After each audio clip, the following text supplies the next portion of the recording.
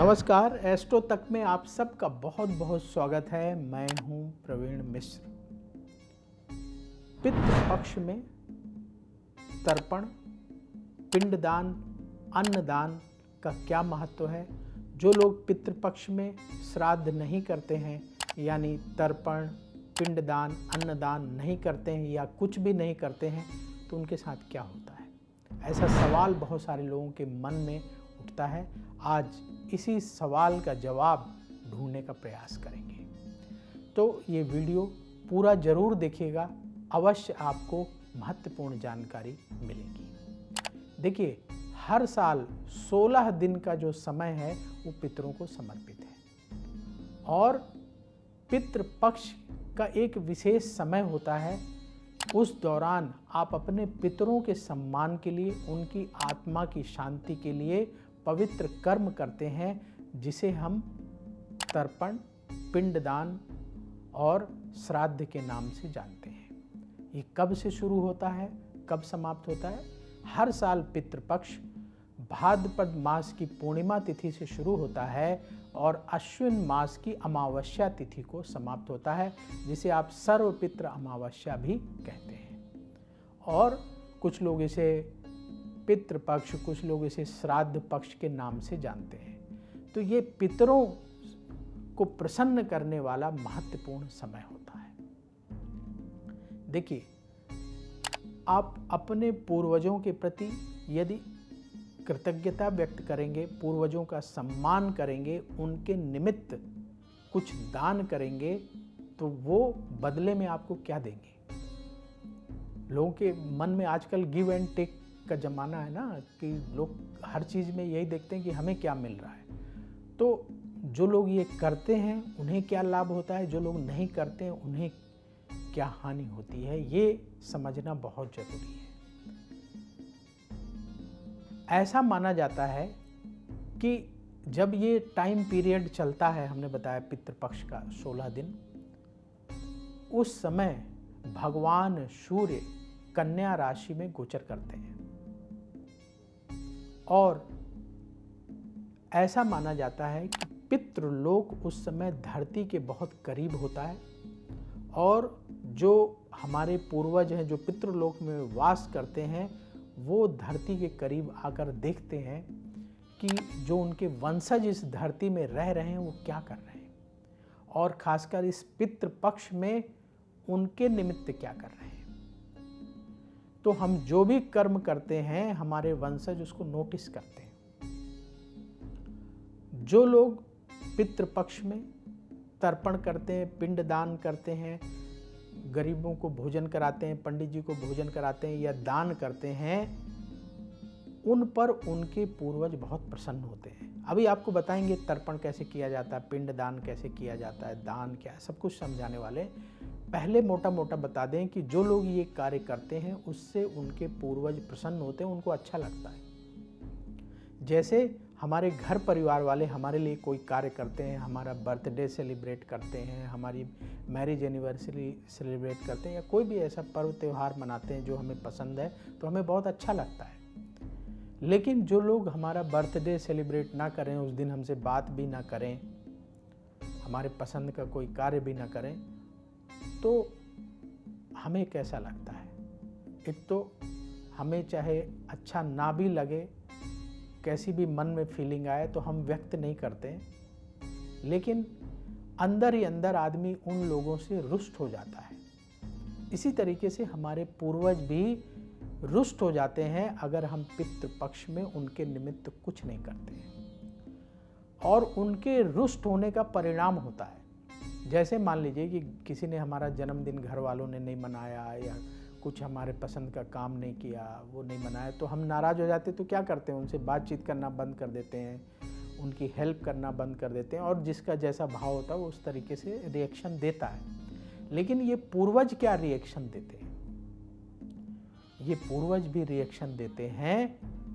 और जो लोग पितृपक्ष में तर्पण, पिंडदान इत्यादि नहीं करते हैं, ऐसे लोगों के जीवन में संघर्ष निरंतर बढ़ता चला जाता है। ऐसे लोगों को जीवन में बहुत सारी परेशानियों का सामना करना पड़ता है। परेशानियों की पूरी लिस्ट है।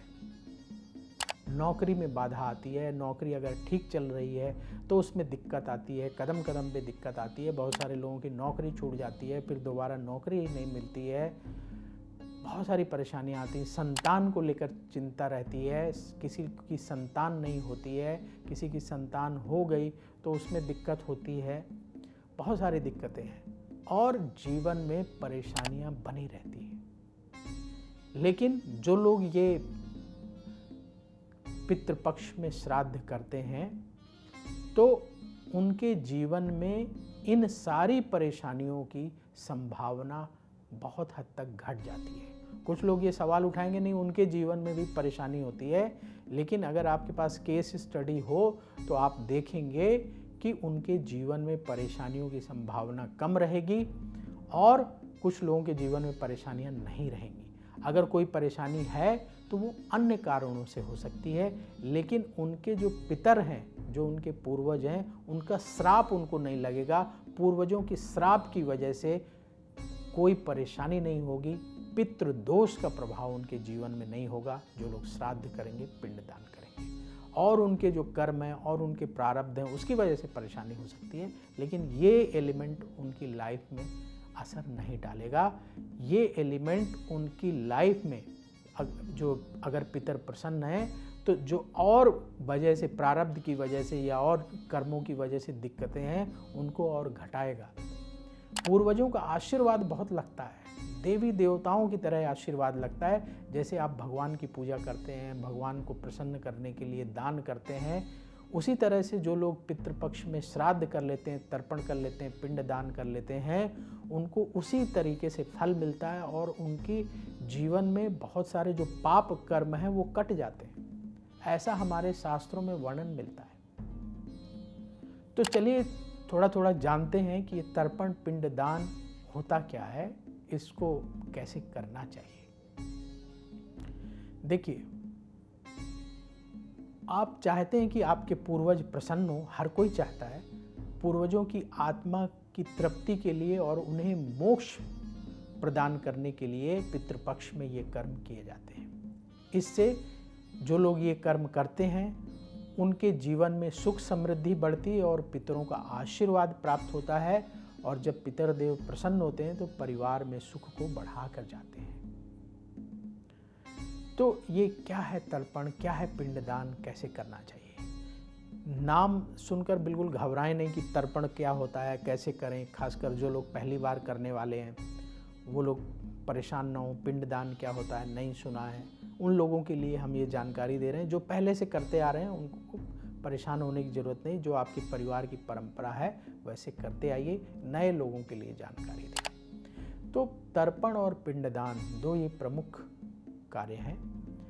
तर्पण कैसे करते हैं? अर्पण, अर्पण मतलब कोई चीज़ अर्पित करना। तर्पण में क्या होता है? जल, तिल, कुश और पुष्प का प्रयोग होता है। इसके माध्यम से हम पितरों को जल अर्पित करते हैं, जल में तिल, कुश और पुष्पों का प्रयोग करके, और पितरों की, अपने पूर्वजों की आत्मा की शांति के लिए प्रार्थना करते हैं। जब भी आप तर्पण करें तो कोशिश करें कि जो तर्पण कराना पंडित जी जानते हैं उनकी मदद लेकर के करें तो अच्छा रहेगा। फिर जब आप सीख जाएंगे तो खुद भी कर सकते हैं। तो इसमें प्रयोग क्या करते हैं? जल, तिल, कुश और पुष्प। ज़्यादा धन खर्च नहीं होने वाला। किसी पंडित जी से मदद ले लीजिए, सलाह ले लीजिए और कर लीजिए, या पंडित जी को बुला करके करवा लें तो अच्छा है, बहुत अच्छा है। किसी ब्राह्मण के हाथ से इस तरह का कर्म करवाना उत्तम माना जाता है। आपके पितृ बहुत प्रसन्न होते हैं। दूसरी बात आ गई, पिंडदान क्या होता है? देखिए, चावल, जौ, चावल का आटा या जौ का आटा या खीर से गोले बना लिए जाते हैं जिनको पिंड कहा जाता है। गोले चावल के आटे से बना लीजिए, जौ के आटे से बना लीजिए, या खीर बनाइए, थोड़ी गाढ़ी खीर, और उसके गोल गोल बना लीजिए। उस गोले को पिंड कहा जाता है और ये पितरों को समर्पित किया जाता है। इसी को पिंडदान कहते हैं। इससे जो हमारे पितर हैं, जो पूर्वज हैं, वो तृप्त होते हैं, प्रसन्न होते हैं। तो ये एक बहुत ही सरल तरीका है अपने पितरों को प्रसन्न करने के लिए, और पितृपक्ष में ये कार्य कर लेना चाहिए। ना आपका बहुत ज़्यादा चावल खर्च होगा, या खीर बनाएंगे तो उसमें भी बहुत ज़्यादा धन खर्च नहीं होगा। तो अब आप समझ गए होंगे कि तर्पण के लिए आपको क्या चाहिए। काले तिल, जौ चाहिए, पुष्प चाहिए, कुश चाहिए, पंडित जी के पास कुश मिल जाएगा आपको, और पिंड दान करने के लिए चावल और खीर बनाने के लिए दूध इत्यादि चाहिए। ये छोटी छोटी सामग्रियाँ चाहिए होती हैं। पंडित जी आपको बता देंगे क्या क्या सामग्री चाहिए, और फिर इसके बाद पंडित जी की मदद से आपको अपने पितरों का तर्पण और पिंड दान करना चाहिए। अब तर्पण कहाँ करना चाहिए, इसके बारे में शास्त्र क्या आज्ञा देते हैं। देखिए, हमारे शास्त्र ये कहते हैं कि तर्पण एक बहुत ही पवित्र कर्म है। कोशिश करें कि ये किसी पवित्र नदी के तट पर करें, जैसे गंगा नदी के तट पर करें, यमुना नदी के तट पर करें, जो भी आपके घर के आसपास नदी हो उस नदी के तट पर करें। या नदी नहीं है तो तालाब के किनारे करना चाहिए। तालाब भी नहीं है तो फिर घर में जो है आप कर सकते हैं, स्नान ध्यान करके घर में कर सकते हैं। स्वच्छ वस्त्र धारण करिए, पंडित जी को बुलाइए और पंडित जी की मदद से तर्पण करिए। शास्त्रों में ऐसा विधान बताया गया है कि तर्पण जो है दक्षिण दिशा की ओर मुख करके करना चाहिए, क्योंकि पितरों का स्थान जो है दक्षिण दिशा की ओर माना जाता है। तो दक्षिण दिशा की ओर मुख करके संकल्प लेकर के पंडित जी संकल्प कराएंगे कि आप अपने पितरों का नाम लेंगे, फिर अपना नाम लेंगे और फिर जो है तर्पण करेंगे। तो संकल्प लेकर के दक्षिण दिशा की ओर मुख करके अपने पितरों के नाम से जो है हमें तर्पण करना चाहिए। पिंडदान भी जो है पंडित जी की मदद से करिए, योग्य ब्राह्मण को बुलाइए, उनकी देख रेख में आपको पिंडदान करना चाहिए। और अगर किसी पवित्र नदी के किनारे कर रहे हैं, तालाब के किनारे कर रहे हैं तो बहुत अच्छी बात है, और अगर आप अपने घर में कर रहे हैं तो भी कोई परेशानी की बात नहीं, आप घर में भी कर सकते हैं। फिर जो पिंड होते हैं, जो आप पिंड बनाएंगे ना, हमने कहा कि चावल के आटे के या खीर के पिंड जो बनाते हैं, उस पिंड का क्या करना है। लोगों के मन में ये सवाल उठ रहा होगा कि वो पिंड हम क्या करें। तो देखिए, अगर आप नदी के किनारे कर रहे हैं तो नदी में विसर्जित कर सकते हैं, और अगर आप अपने घर में कर रहे हैं तो उस पिंड को गौ माता को खिला सकते हैं, कौवे को खिला सकते हैं। तो गौ माता को खिलाना सर्वोत्तम है। आपके घर के पास कहीं गौशाला हो, वहाँ जा कर के आप खिला दीजिए, और कौवे के लिए ग्रास निकाल दीजिए, गौ माता के लिए अलग से ग्रास निकाल दीजिए, और कुत्ते के लिए ग्रास अवश्य निकालना चाहिए, जो भोजन सामग्री आप बनाएंगे उसमें से। अब दान की बात कर लेते हैं। जैसे मान लीजिए कि कुछ लोग कहेंगे जी कि हमारे पास समय नहीं है तर्पण करने का, पिंड दान करने का, बहुत सारे बहाने होते हैं। तो दान जरूर कर लीजिए, ये सबसे इजी है, इसमें आपको पंडित जी की मदद लेने की आवश्यकता नहीं होगी। तो आप दान बड़े आसानी से हर कोई कर सकता है। अगर आप इतना भी करते हैं तो आपके पितृदेव, आपके पूर्वज अवश्य प्रसन्न होंगे। देखिए, हमारे जो पूर्वज हैं वो हमसे बहुत ज़्यादा अपेक्षा नहीं करते कि हम अपना बहुत ज़्यादा धन खर्च करें, बहुत ज़्यादा टाइम खर्च करें।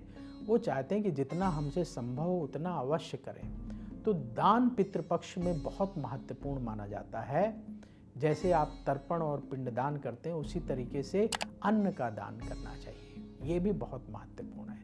तो अन्न में क्या क्या आ जाता है, जैसे चावल, दाल, आटा, घी, गुड़, नमक, ये सामग्री ले लें। चावल ये अन्न है, दाल अन्न है, ये ले लें। और फल, इस ऋतु में, इस मौसम में, पितृपक्ष में जो फल आसानी से मिलते हैं वो फल ले लें।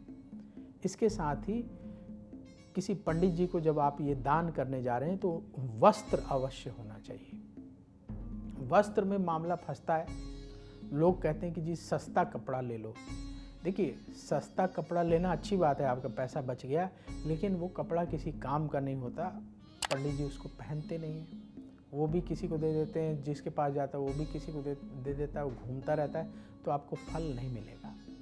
कैसा वस्त्र होना चाहिए, जैसा वस्त्र आप जिसके निमित्त दान कर रहे हैं वो धारण करते थे, उसी तरह का वस्त्र होना चाहिए। मान लीजिए आप दादाजी के लिए कर रहे हैं तो दादाजी आपके धोती कुर्ता पहनते थे तो धोती कुर्ता वस्त्र हो।